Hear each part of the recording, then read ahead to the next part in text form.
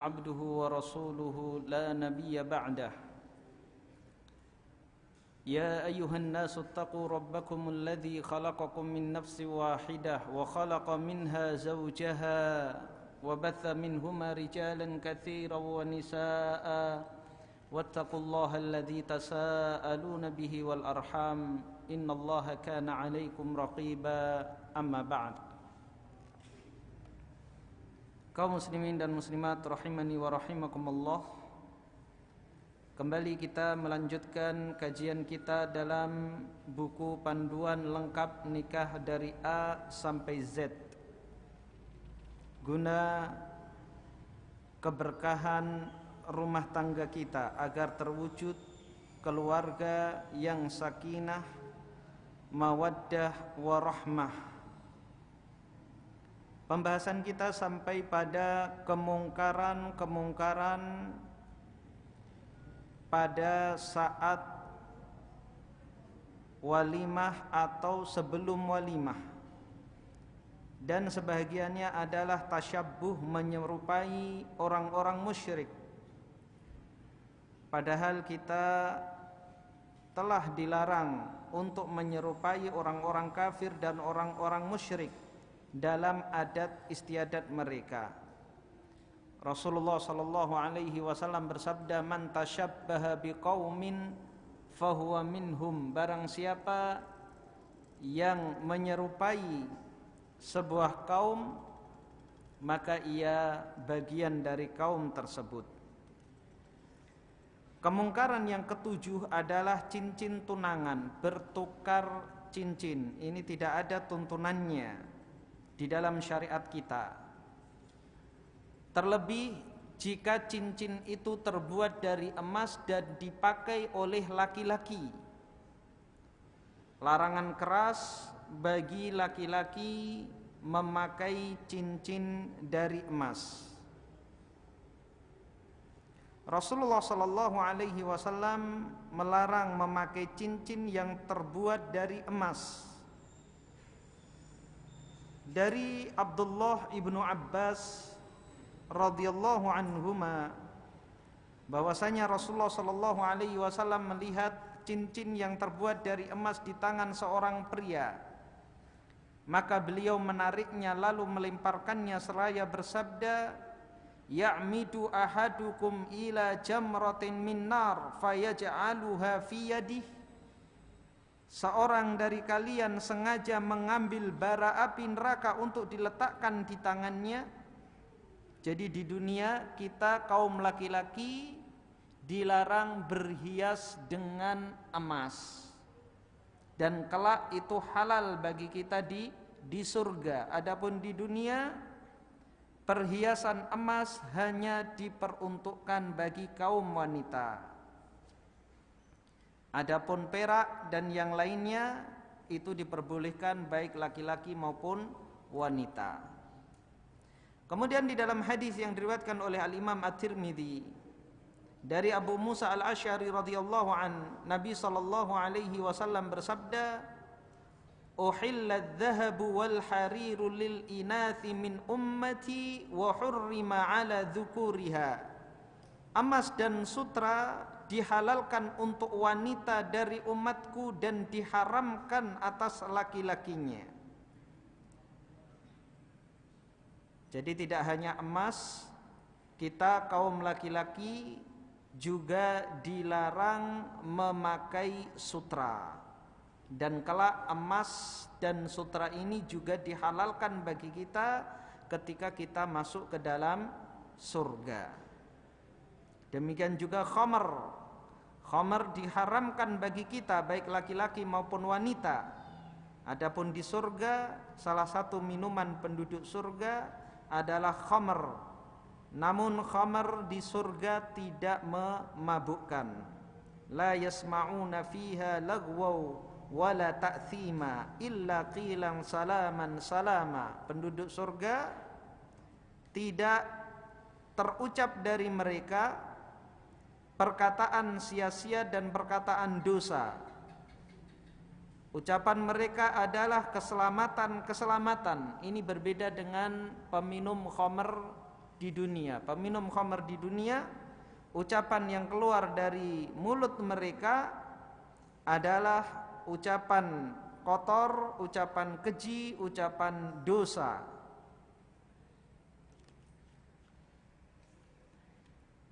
Mengapa cincin tunangan diletakkan di jari manis tangan bagian kiri? Kita ketahui pada adat istiadat yang dilakukan oleh orang-orang barat, melakukan tukar cincin antara calon mempelai laki-laki dan perempuan.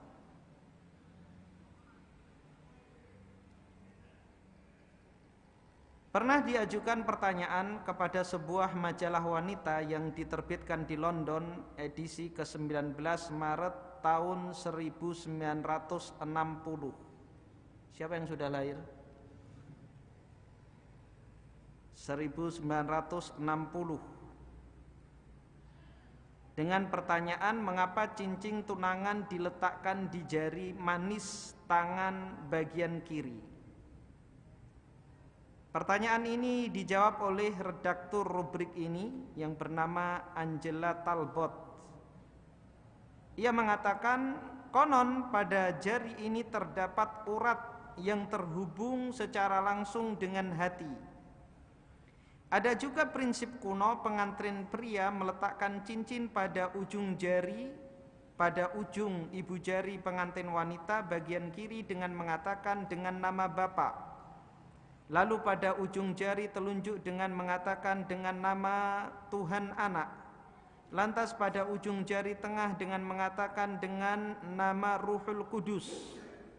Dan terakhir ia meletakkan di jari manis tempat tepatnya dengan mengatakan,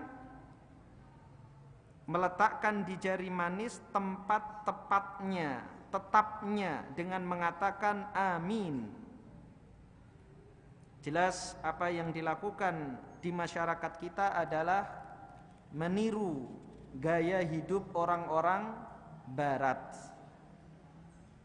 Sebagaimana sabda Rasulullah sallallahu alaihi wasallam, la tattabi'unna sanana man kana qablakum hadwal qudzati bil qudzah. Sungguh kalian akan mengikuti tata cara orang-orang sebelum kalian, 2 milah sebelum kalian.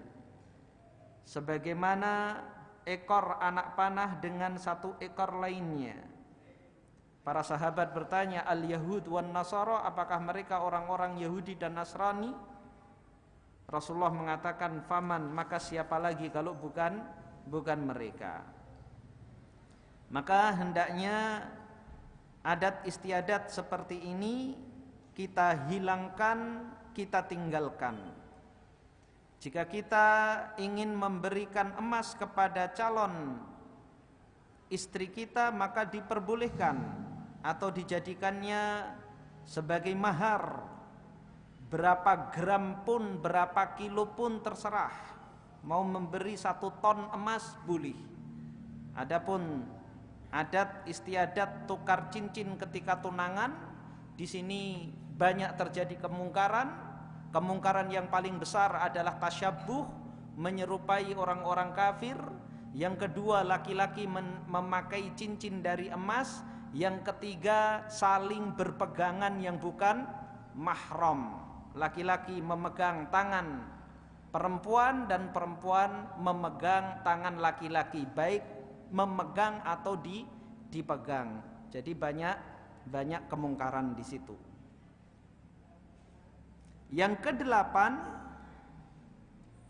tidak boleh menyandingkan pengantin pria bersama pengantin wanita dengan didandani yang bisa membangkitkan syahwat sehingga pengantin wanita bisa dilihat dan dinikmati tamu-tamu pria.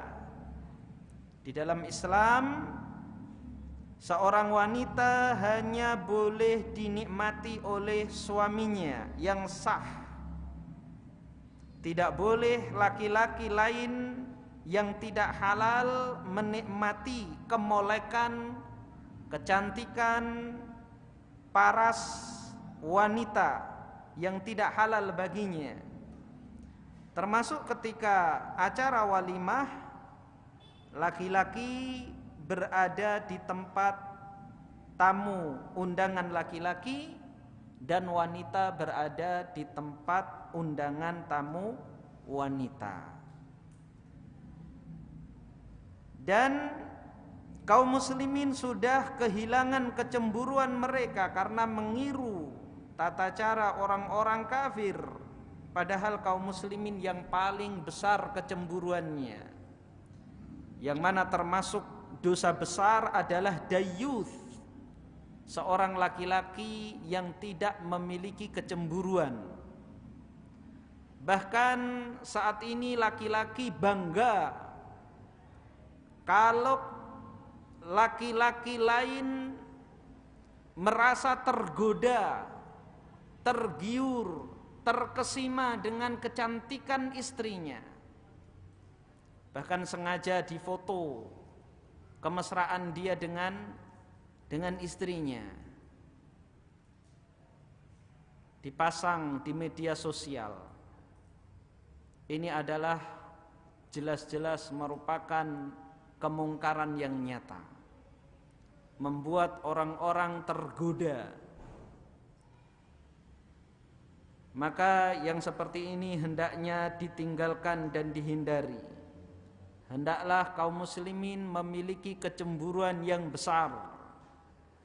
Jangan sampai terjadi kemungkaran dan ini nyata, istrinya digoda atau istrinya bahkan tergoda. Jangan main api. Jangan main api. Orang lain tahu tentang kecantikan istrinya, kemudian digoda, dirayu, dipuji, dipuja, digombal, yang mana wanita itu lemah. Wanita tentu akan tersanjung, digoda, disanjung, dipuji, digombal oleh siapapun. Meskipun ketika dia digombal dia akan mengatakan pret, alah, tapi hatinya berbunga-bunga. Hatinya berbunga-bunga. Dia dalam hatinya mengharap terus pujian tersebut, yang terkadang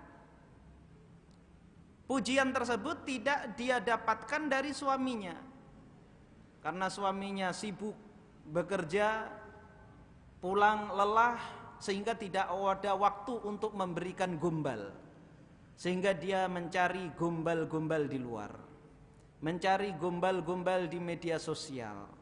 Maka jika suami membiarkan, maka ini adalah pintu kehancuran rumah tangga. Yang kesembilan adalah larangan saweran. Al-Imamul Bukhari meriwayatkan dari Abdullah bin Yazid Al-Ansari, kakeknya adalah Abu Umamah, ia mengatakan Nabi SAW melarang nahbah dan muthlah. Ibnu Qudamah rahimahullah berkata,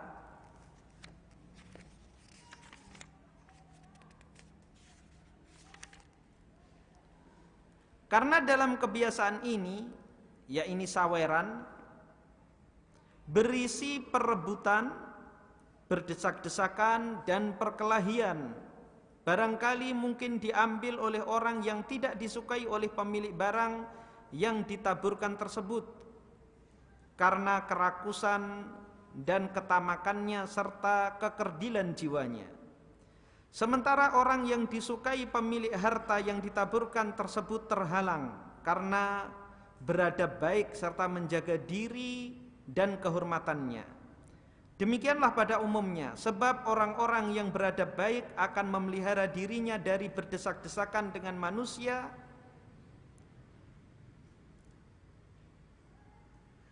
orang-orang yang beradab baik akan memelihara dirinya dari berdesak-desakan dengan manusia rendahan untuk suatu makanan dan selainnya.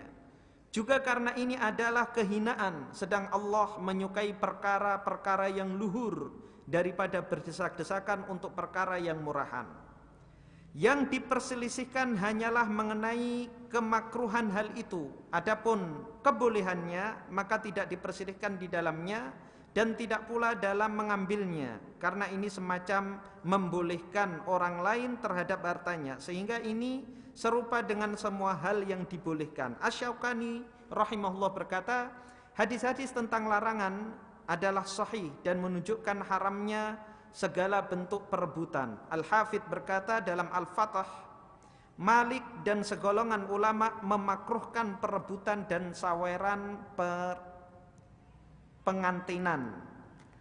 Jadi ada larangan saweran yang dilakukan oleh keluarga mempelai, menghambur-hamburkan uang, kemudian para tamu berebutan untuk mengambil uang yang dihambur-hamburkan tersebut.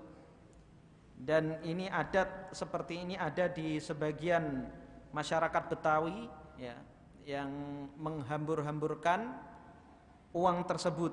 Ada larangan dari Nabi SAW. Para ulama tidak berselisih bahwa perbuatan tersebut dilarang. Mereka berselisih apakah larangan tersebut makruh atau haram. Yang berpendapat haram jelas dari larangan Nabi SAW yang kita sebutkan hadisnya tadi. Nabi SAW melarang nahbah dan muthlah, saweran. Yang mengatakan makruh bahwa orang yang membuang hartanya itu menghalalkan bagi orang lain.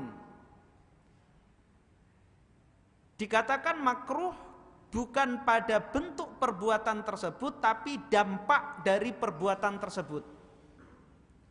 Apa dampaknya? Yang pertama, kesombongan dan ujub dari orang yang melempar-lempar uang tersebut. Padahal kita sangat ditekankan untuk menyembunyikan sedekah kita. Pada asalnya kita dianjurkan untuk menyembunyikan infak dan sedekah kita. Kemudian yang kedua, justru harta yang dihambur-hamburkan tersebut kurang tepat sasaran. Harusnya kalau kita ingin berbagi harta, kita memberikan kepada orang yang paling berhak. Orang miskin, terlebih seorang janda yang memiliki banyak anak dan banyak tanggungan, maka kita utamakan. Terkadang orang miskin yang beradab dan bertakwa itu malu untuk berebut uang seperti itu. Justru orang yang bertakwa dan beriman tidak mendapatkan harta dari yang kita hambur-hamburkan. Padahal dalam bersedekah, sebagaimana disebutkan oleh Al-Imam Al-Ghazali di dalam Ihya Ulumuddin, bahwa kita lebih mengutamakan orang miskin yang bertakwa daripada orang miskin yang lain. Orang miskin macam-macam. Ada orang miskin yang jauh dari perbuatan maksiat dan taat beribadah.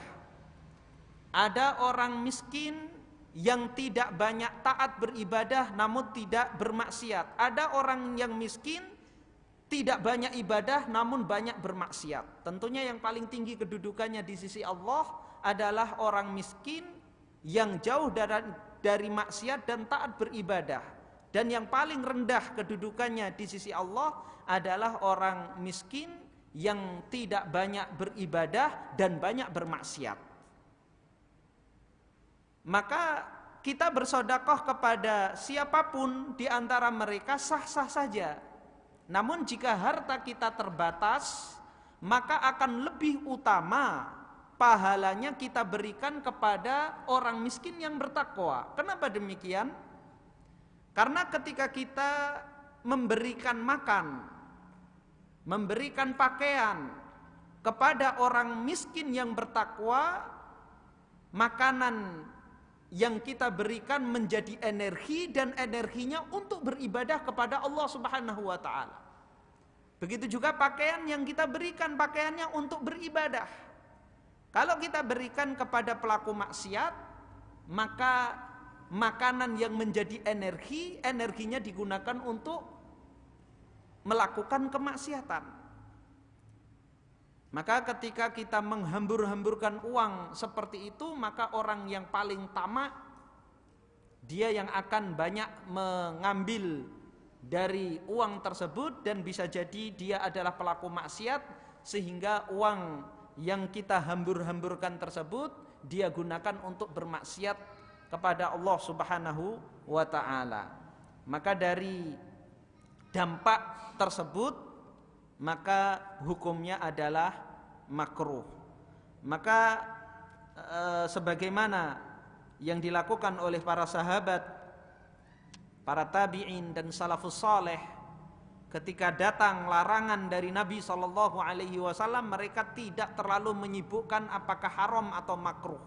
Begitu ada larangan, mereka meninggalkan. Begitu juga jika ada perintah, mereka tidak sibuk membahas apakah wajib ataupun sunnah, mereka mengerjakan. Selama ada perintahnya, mereka laksanakan. Berbeda dengan keadaan kita di zaman sekarang. Sekarang kita sibuk membahas ilmu fikih antara wajib atau sunnah, dan kita cenderung mencari hukum bahwa itu sunnah agar kita bisa meninggalkannya. Sebaliknya, jika ada larangan antara haram dengan makruh, maka kita akan berusaha menjadikan dalil tersebut hukumnya makruh agar kita bisa mengerjakannya. Ini tentunya berbalik 180 derajat dari apa yang dilakukan oleh para sahabat. Begitu datang perintah, mereka berlomba-lomba untuk mengerjakannya dan tidak disibukkan membahas apakah itu wajib atau sunnah. Sebaliknya, jika ada larangan, maka mereka berusaha sekuat tenaga untuk menjauhi larangan tersebut dan tidak disibukkan membahas apakah larangan tersebut haram ataupun makruh. Tentunya berbeda dengan keadaan kita membahas, oh ini makruh saja. Padahal makruh itu apa? Dibenci. Makruh karoha yakrahu, artinya dibenci. Setelah memutuskan bahwa hukum perbuatan tersebut dibenci, maka mereka mengatakan, ayo rame-rame kita mengamalkan amalan yang dibenci oleh Allah Subhanahu wa ta'ala. Ini tentunya berbeda dengan keadaan para sahabat. Yang kedelapan, yang ke-10, yang ke-9 larangan saweran. Yang ke-10, tidak boleh mengatakan birrafa' wal banin kepada mempelai.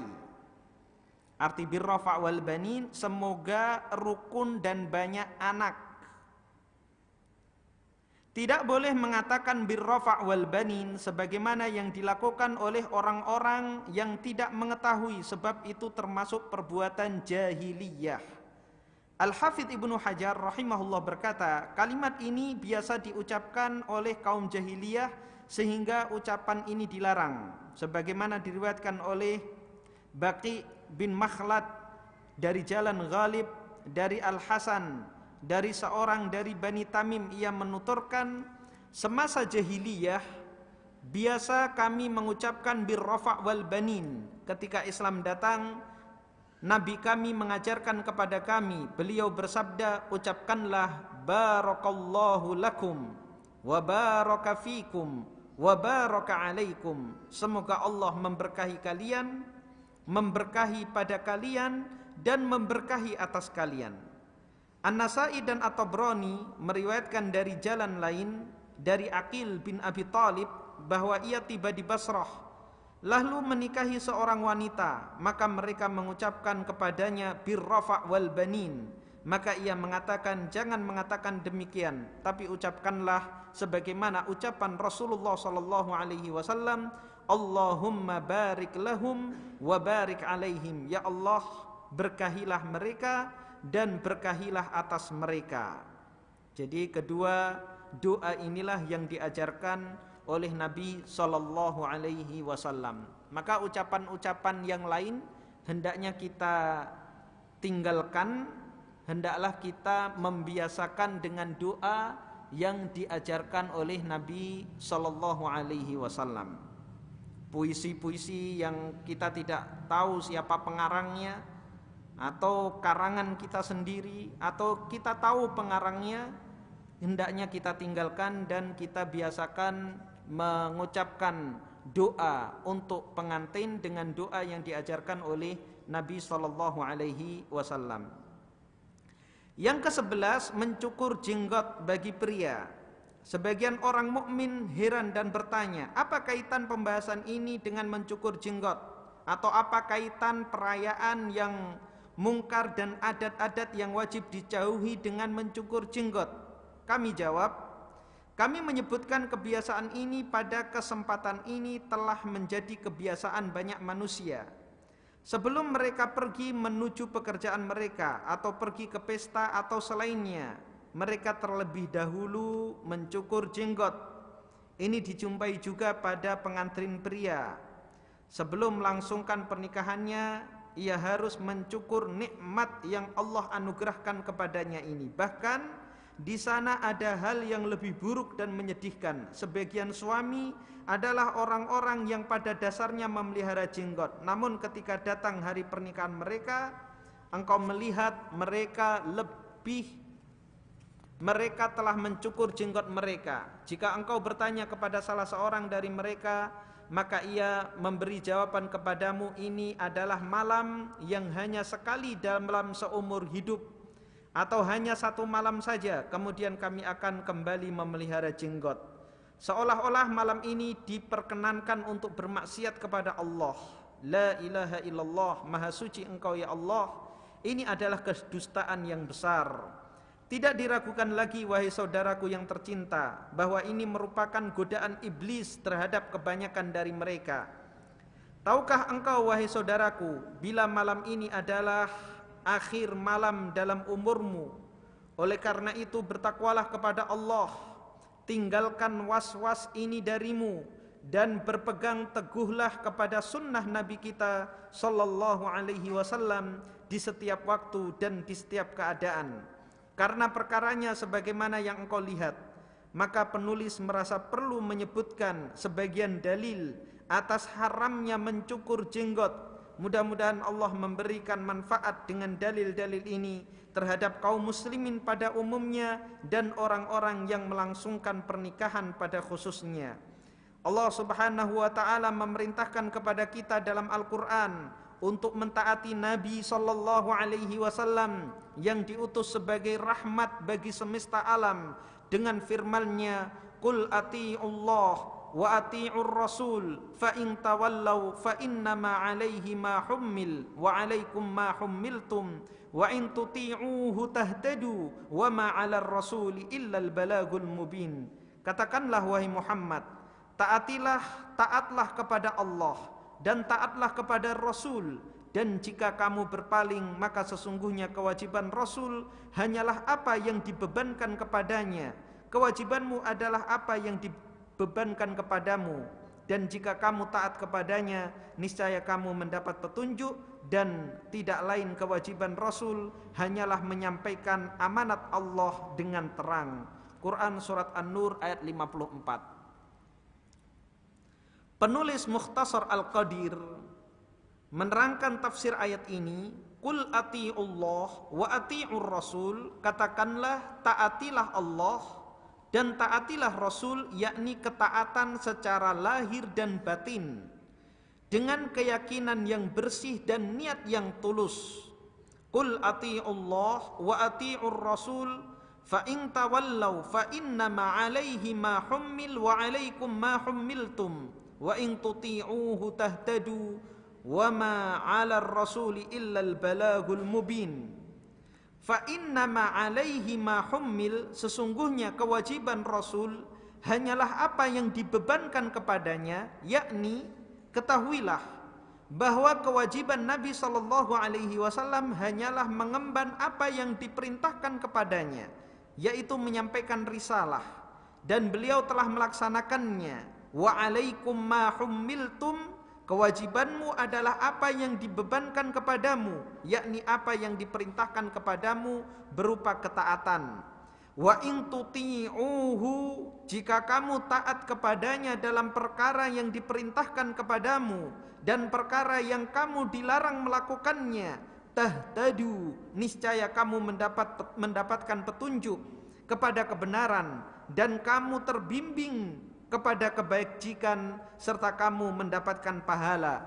Wa ma'alar rasuli illal balagul mubin, dan tidak lain kewajiban Rasul hanyalah menyampaikan amanat Allah dengan terang. Rasulullah sallallahu alaihi wasallam tidak mampu membawa hati kalian kepada keimanan. Oleh karena itu bersegeralah kepada keimanan dengan amalan dari diri kalian.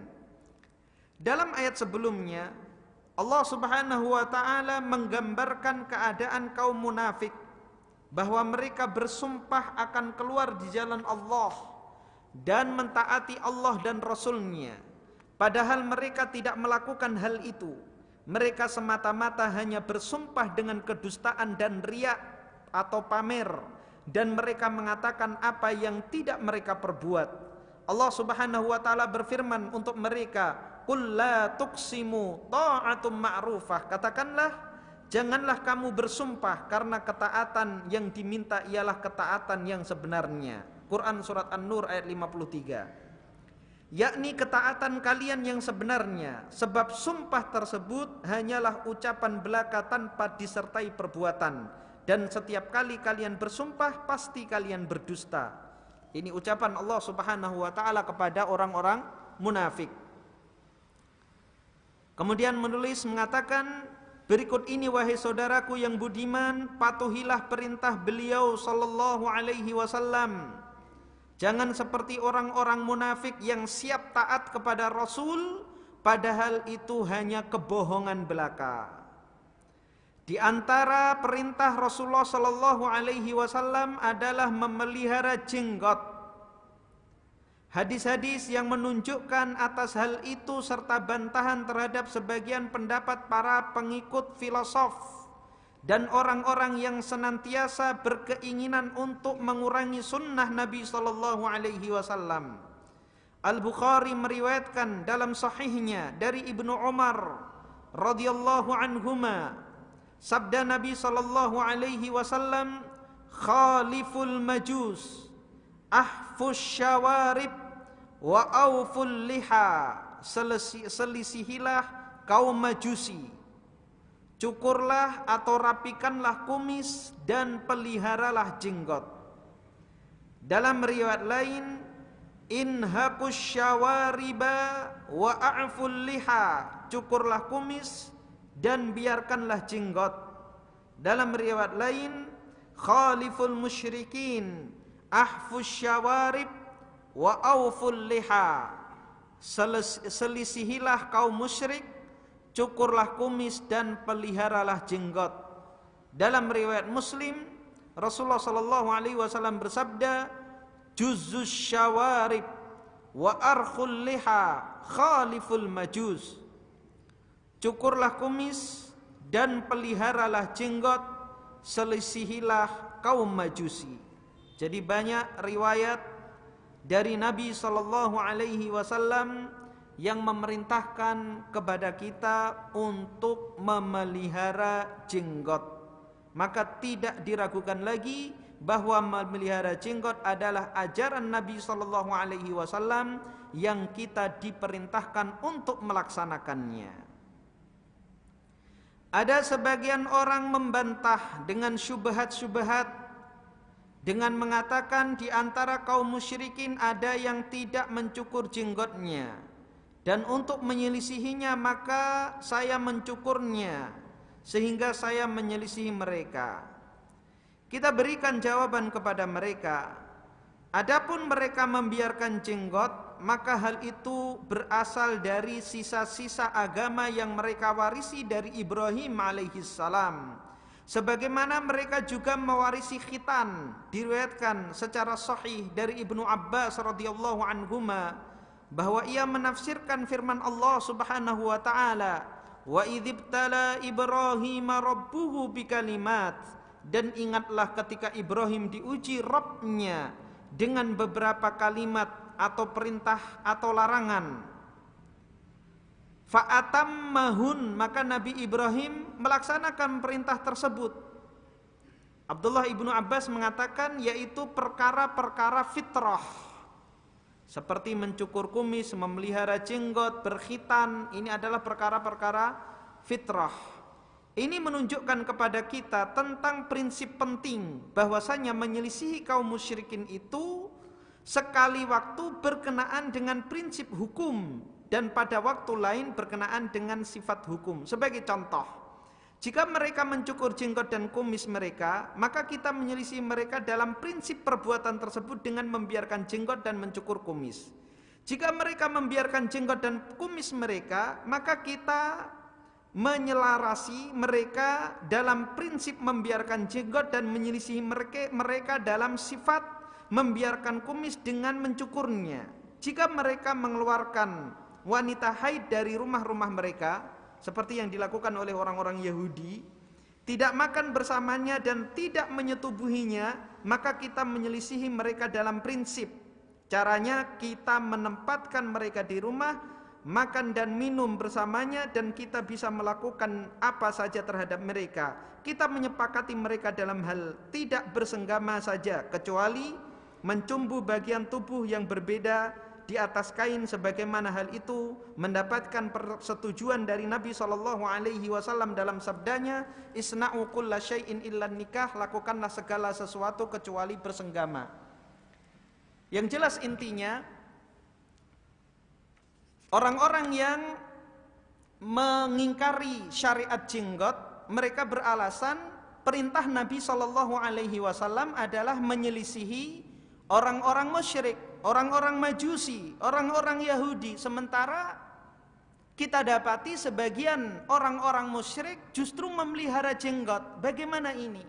Maka sebagaimana dikatakan oleh Abdullah ibnu Abbas, tidak semua perkara yang dilakukan oleh orang musyrik itu jelek. Bisa jadi itu adalah perbuatan yang mereka dapatkan dari fitrah mereka, atau warisan agama yang murni dari nenek moyang mereka. Seperti agama Yahudi dan Nasrani, mereka mewarisi agama mereka dari Nabi Musa dan Nabi Isa. Jelas masih ada syariat-syariat yang tersisa pada mereka.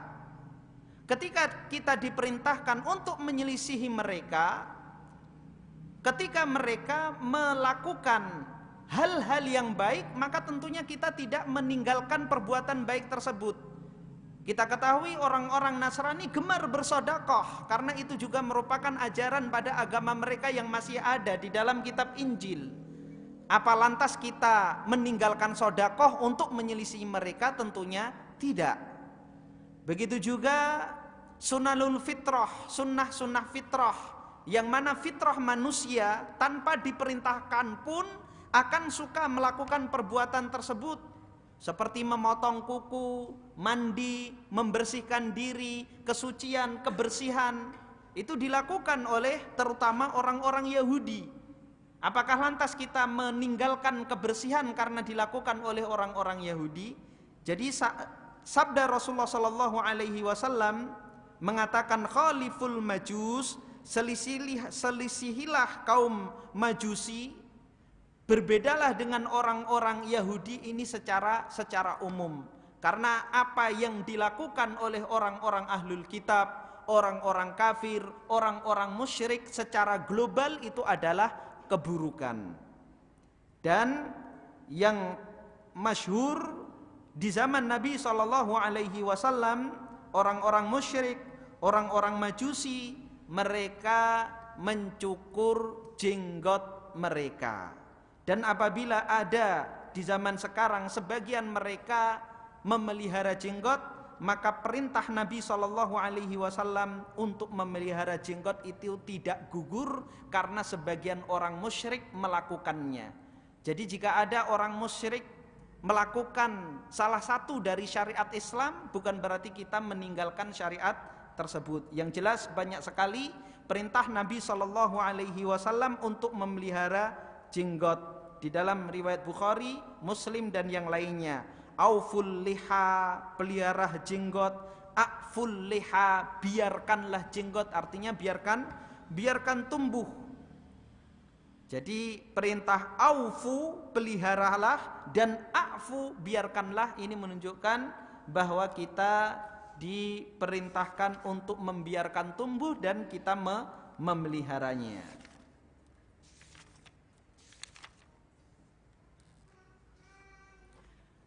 Berikutnya kemungkaran yang lain adalah qaza, kemungkaran yang ke-12, yaitu mencukur sebagian rambut dan menyisakan sebagian lainnya. Dicukur kuncung, ini tidak boleh. Namun tampilan seperti ini bukan memperbagus, tapi justru memperjelek. Silahkan adzan dahulu.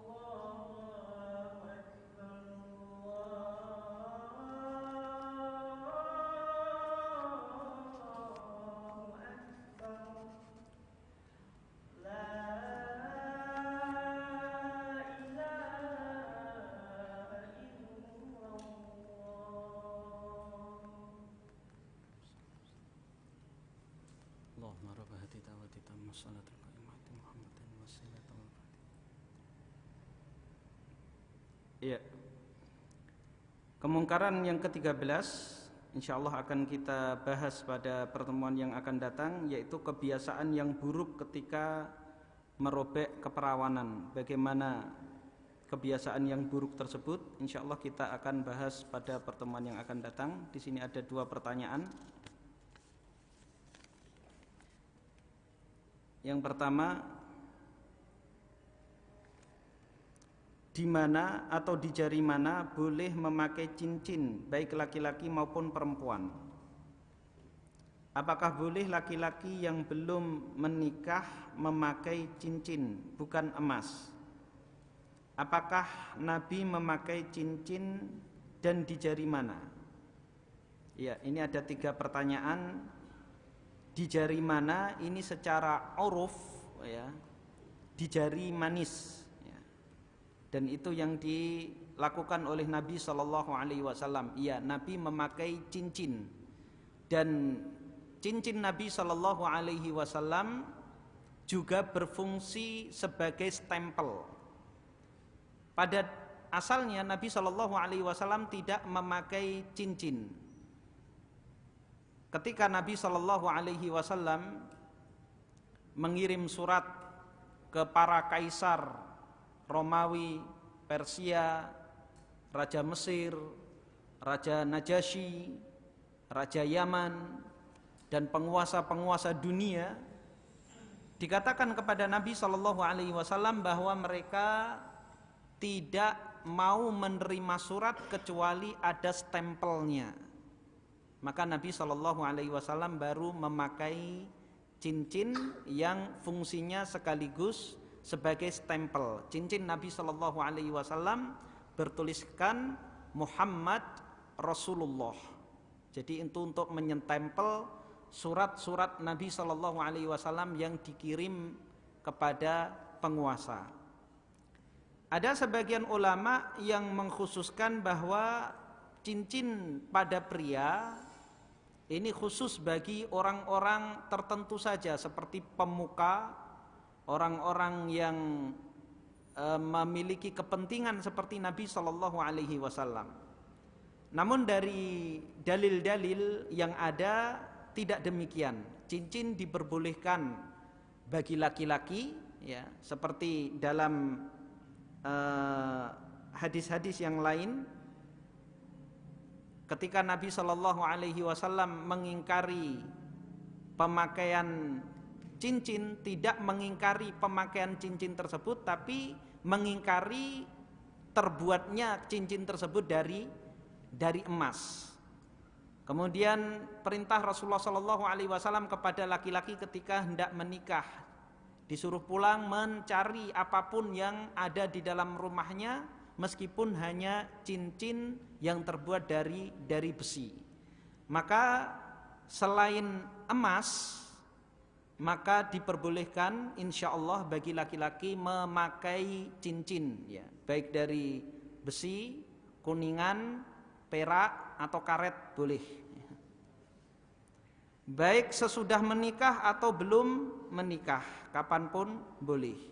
Kemudian yang perlu diperhatikan bagi orang yang memakai cincin ketika wudu ya, ketika wudu jangan sampai ada anggota tubuh kita yang tidak terkenai air wudu, baik laki-laki maupun perempuan yang memakai cincin.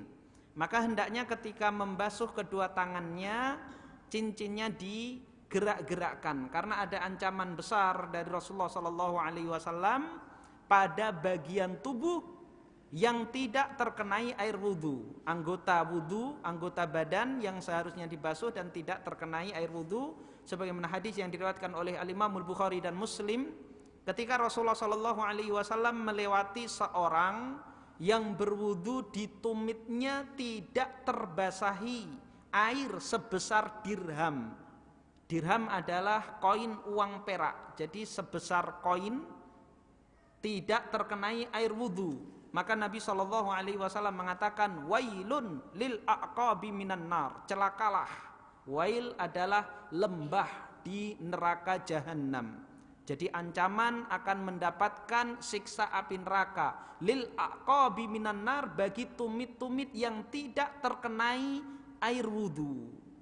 Maka hendaknya kita memperhatikan anggota wudu kita sudah benar-benar terbasahi. Di antara tempat-tempat bagian anggota yang tidak terbasahi air wudu yang paling sering adalah siku ya, siku ini paling sering.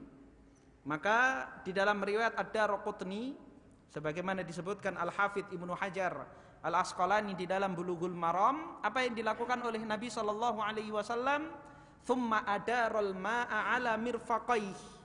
Nabi sallallahu alaihi wasallam memutarkan telapak tangannya di sikunya karena siku ini adalah bagian yang wajib dibasahi sebagaimana firman Allah Subhanahu wa taala, faksilu wujuhakum wa aydiyakum ilal marafiq.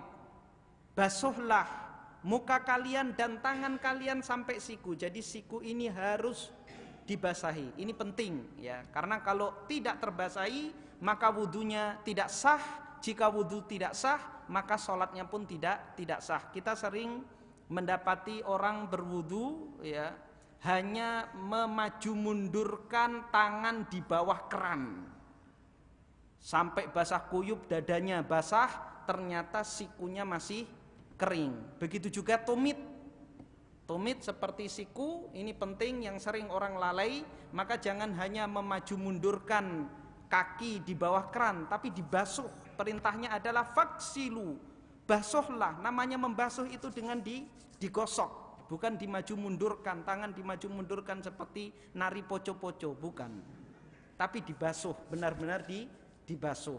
Jadi siku dan tumit harus dikenai air. Begitu juga yang memakai cincin. Boleh pakai cincin bagi laki-laki selain yang terbuat dari emas. Tapi ketika berwudu, perhatikan jangan sampai yang ada di dalam cincin ini kering, tidak terbasahi. Jadi dimaju mundurkan. Dan Nabi SAW karena cincinnya bertuliskan Muhammadur Rasulullah, beliau ketika hendak masuk kamar mandi, cincinnya dilepas, diberikan kepada sahabat, masuk dengan tidak membawa tulisan yang bertuliskan lafaz Allah. Bismillah, Ustadz, manakah yang harus diutamakan, sunnah Nabi untuk memelihara jenggot atau mentaati pemimpin yang memerintahkan untuk mencukurnya? Karena mentaati pemimpin juga sunnah Nabi. Barakallahu fikum. Iya, ketaatan kepada pemimpin ketika perintah mereka tidak menyelisih perintah Allah dan Rasulnya. Maka perintah di dalam Al-Quran, ati'ullaha mutlak wa ati'ur rasul, dan taatilah Rasul. Wa ulil amri minkum, dan pemimpin kalian. Jadi lafadznya bukan ati'ullah, ati'ur rasul, wa ati'u ulil amri, tidak. Tapi cukup wawu ataf, ati'ullah, taatilah Allah. Wa ati'ur rasul, dan taatilah Rasul. Wa ulil amri minkum, dan pemimpin kalian. Jadi jika pemimpin kita perintahnya selaras dengan perintah Allah dan Rasulnya, tidak menyelisihi perintah Allah dan Rasulnya, maka wajib bagi kita untuk mentaatinya. Termasuk pada perkara-perkara yang mubah, perkara-perkara yang halal. Kalau pemimpin mewajibkan, maka itu wajib bagi kita. Adapun perkara yang haram, maka kita tidak boleh mentaatinya. Wallahu ta'ala a'lam bishawab. Kita tutup dengan doa kafaratul majlis. Subhanakallahumma bihamdika asyhadu an la ilaha illa anta astaghfiruka wa atubu ilaik. Assalamualaikum warahmatullahi wabarakatuh.